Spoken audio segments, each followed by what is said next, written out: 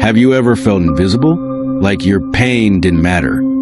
Your voice wasn't heard, your presence overlooked? Maybe you've sat in a room full of people, yet felt completely alone. Or you've given your best, at home, at work, in relationships, yet seems no one notices.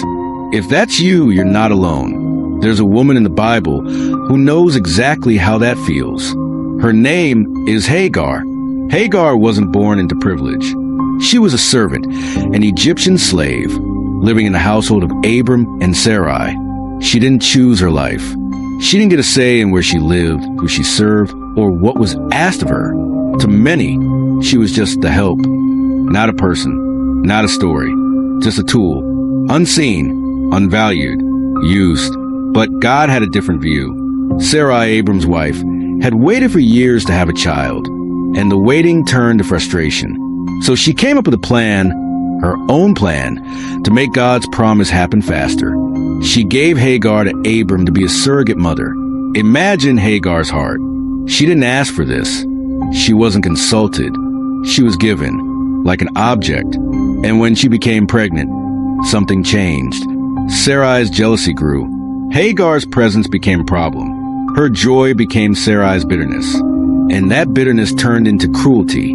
Sarai mistreated her so badly that Hagar did the unthinkable in that time. She ran away.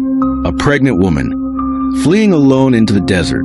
The wilderness is dry, empty, dangerous. But in that barren place, Hagar found something or someone more precious than water. The angel of the Lord appeared to her by a spring in the desert. And this is what he said.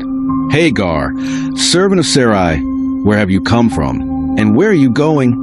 He called her by name. Let that sink in. She was a servant, a foreigner, a runaway. And yet, God knew her name. God saw her pain. God found her in the middle of nowhere.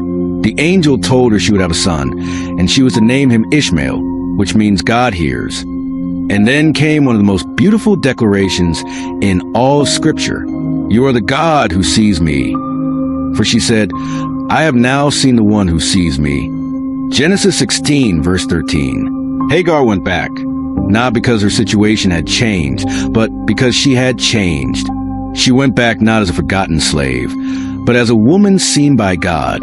She carried the promise of life inside her, and she carried the memory of the one who found her in the wilderness. She named her son Ishmael, so every time she called him, she would remember, God hears, God sees, God cares. Maybe you're in a desert of your own. Maybe you've been mistreated, misunderstood, misused. You've run, you're tired, and you wonder if anyone even sees you. Hear this. God does. He sees every tear you've cried in secret. He hears every prayer whispered in pain. He knows your name, your story, your struggle.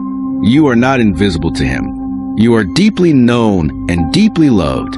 Hagar gave God a name that day. El Roy, the God who sees me.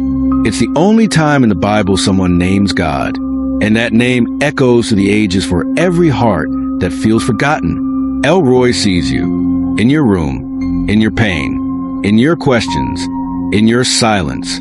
So lift your head.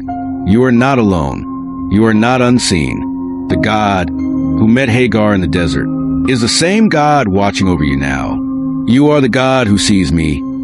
Genesis 16, verse 13. Subscribe for more Bible stories that speak to the heart.